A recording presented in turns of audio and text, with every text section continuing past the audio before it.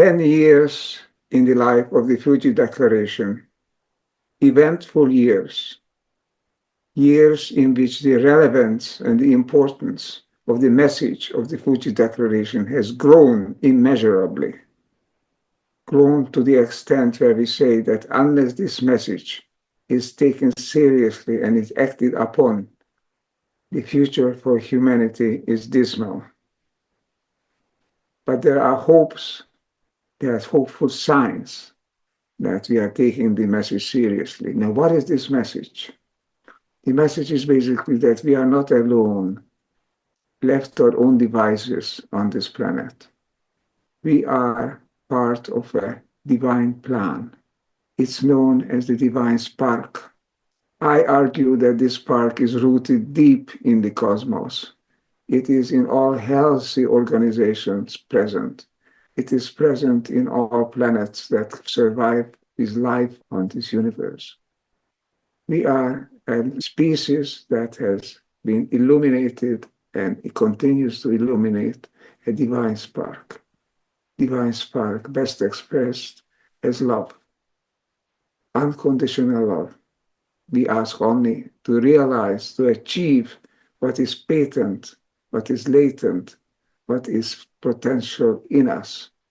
We are a body that can grow together, become one. This oneness is no longer in the realm of potentiality, no longer in the realm of fantasy, of imagination. It is a real asset for humanity. Every cell in our body, we too are imbued with a feeling, with a sense, with a potential to grow together, to live not only side by side and possibly in conflict, but to live together, to share the planet.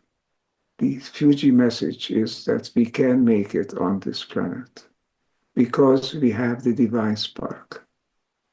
This spark has brought us where we are today, up to here, but it cannot take us much longer. We have reached a critical decision point in which we either change the paradigm to one of mutual love and appreciation and collaboration, or we are facing extinction. We are 10 years down on this road since the declaration was signed. In the next 10 years, the Fuji Declaration's effect on inspiring solidarity and love must become effective, must become evident, because there is not much more time. We have to change the paradigm of how we live, how we love, how we act together.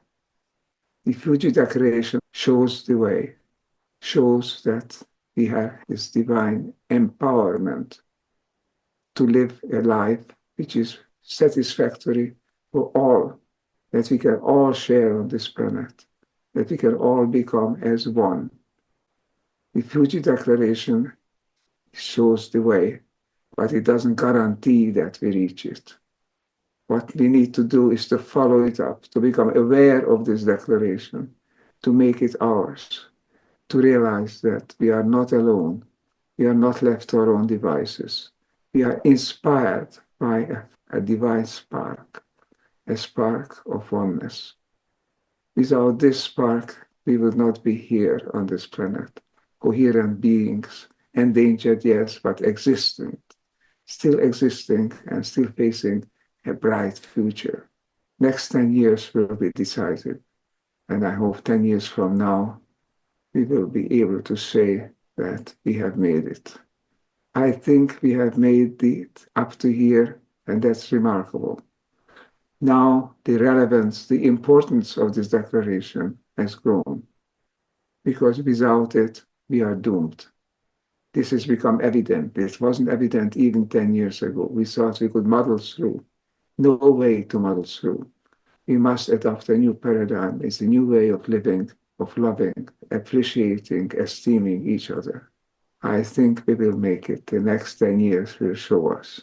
In the meanwhile, let's not rest, but let's act in this firm belief that we are empowered by a divine spark of solidarity and of love.